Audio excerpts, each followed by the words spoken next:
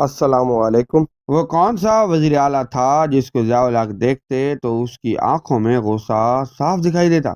اور کون سا گناہ اس نے کیا جو ضیاء الحق اس سے ہاتھ ملانا گوارا نہ کرتے؟ آج کی اس ویڈیو میں کمبائنڈ فیکٹس جاوید چودھری کی کتاب 0 پوائنٹ میں ضیاء الحق سے متعلق بیان کیا گیا یہ واقعہ آپ کے ساتھ شیئر کرے گا، لیکن ویڈیو شروع کرنے سے پہلے ہمیشہ کی طرح درخواست کرتا ہوں کہ میرے چینل کو سبسکرائب کر لیں تاکہ اس طرح کی انفارمیٹو ویڈیوز سب سے پہلے آپ تک پہنچ سکیں۔ تو شروع کرتے ہیں آج کی ویڈیو۔ ملاقاتیوں کی فہرست میں ایک نام دیکھ کر ضیاء الحق کا رنگ سرخ ہو جاتا تھا، چہرے پر پسینہ آ جاتا تھا اور وہ غصے اور نفرت سے اس نام پر اتنی بار قلم پھیرتے تھے کہ کاغذ پھٹ جاتا تھا۔ اور اگر کبھی کسی میٹنگ، کسی اجتماع یا کسی تقریب میں ان کا سامنا اس ذات شریف سے ہو جاتا تو مرحوم صدر ملاقات سے پرہیز کرتے تھے۔ اور یہ بھی دیکھا گیا کہ اگر کبھی انتہائی مجبوری میں جنرل کو ان سے ہاتھ ملانا پڑ جاتا تو خلاف معمول ہاتھ فوراً واپس کھینچ لیا۔ یہ طرز عمل صدر کے مزاج شناس ساتھیوں کے لیے پریشان کن تھا، لہذا وہ معاملے کی ٹوہ میں لگ گئے، لیکن انہیں بری طرح ناکامی ہوئی، کیونکہ اس شخص کا نام سنتے ہی صدر کے چہرے کا رنگ بدل جاتا تھا۔ مخاطب کو غصے سے دیکھتے تھے اور فائل میز پر پٹخ دیتے اور کہتے آپ کوئی اچھی بات نہیں کر سکتے، اور مخاطب سہم کر فوراً باہر نکل جاتا۔ ایک روز مرحوم انتہائی خوشگوار موڈ میں ٹہل رہے تھے تو جنرل رفاقت نے محتاط انداز سے بلوچستان کی سیاست کا ذکر چھیڑ دیا۔ صدر مسکرائے اور اپنے مخصوص انداز میں قبائلی سرداروں کے چٹکلے سنانے لگے۔ جب گفتگو خوب رواں ہو گئی تو جنرل رفاقت نے ڈرتے ڈرتے پوچھا آپ جام صاحب سے اتنا انائیڈ کیوں ہیں؟ یہ سنتے ہی مرحوم کا رنگ سرخ ہو گیا، غصے سے سانس چڑھ گیا اور قدم وہیں رک گئے۔ انہوں نے جنرل رفاقت کو گھور کر دیکھا اور کانپتی ہوئی آواز میں بولے رفاقت، مجھے معلوم ہے آپ لوگوں کو میرا بدلا ہوا رویہ اچھا نہیں لگ رہا، لیکن میں کیا کروں؟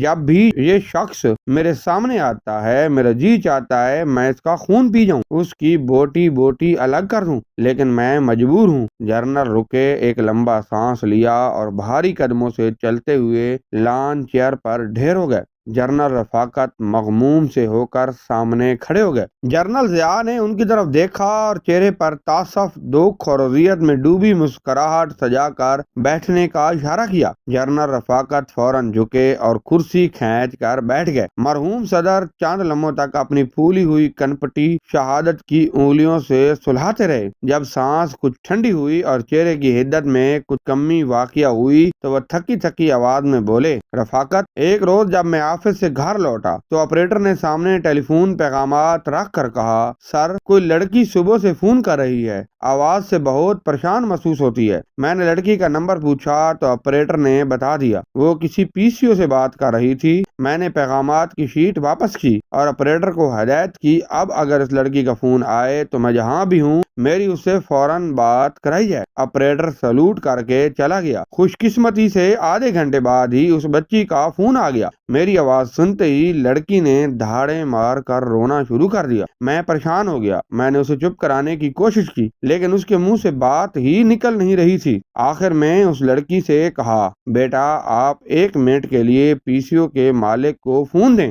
لڑکی نے اضطراری کیفیت میں ریسیور قریب کھڑے شخص کو پکڑا دیا اور میں نے اسے پی سی او کی لوکیشن پوچھی اور اسی وقت ڈرائیور بھیج کر لڑکی کو ایوان صدر بلا لیا۔ رفاقت تم اندازہ نہیں کر سکتے اس بچی کی کہانی کتنی ہولناک تھی۔ وہ لڑکی بہت ہی غریب تھی لیکن دن رات کی محنت سے ایف ایس سی کر گئی، میڈیکل کالج میں داخلے کے لیے اپلائی کیا تو 2 نمبروں سے رہ گئی۔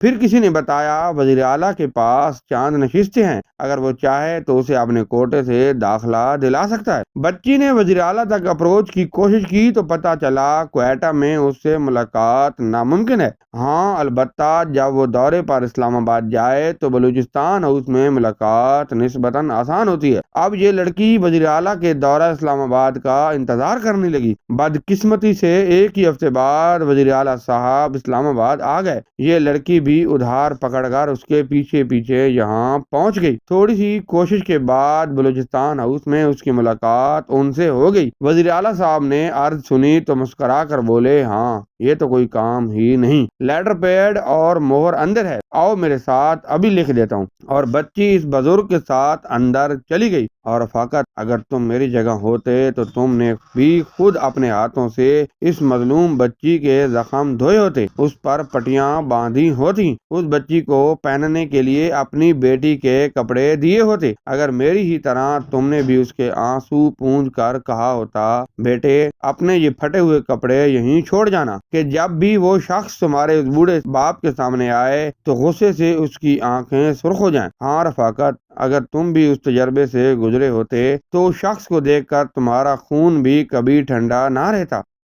اسے دیکھ کر تم بھی اطمینان سے کافی نہ پی سکتے، تم بھی اس سے گپ نہ لگا سکتے۔ یہ وجہ ہے کہ یہ شخص جب بھی میرے سامنے آتا ہے تو میرا جی چاہتا ہے اس کی بوٹی بوٹی الگ کر دوں، لیکن میں مجبور ہوں۔ یہ تھی ہماری آج کی ویڈیو۔ اگر یہ ویڈیو آپ کو پسند آئی ہے تو ویڈیو کو لائک اور شیئر کریں، چینل کو سبسکرائب کریں۔ ملتے ہیں اگلی ویڈیو میں، تب تک کے لیے اللہ حافظ۔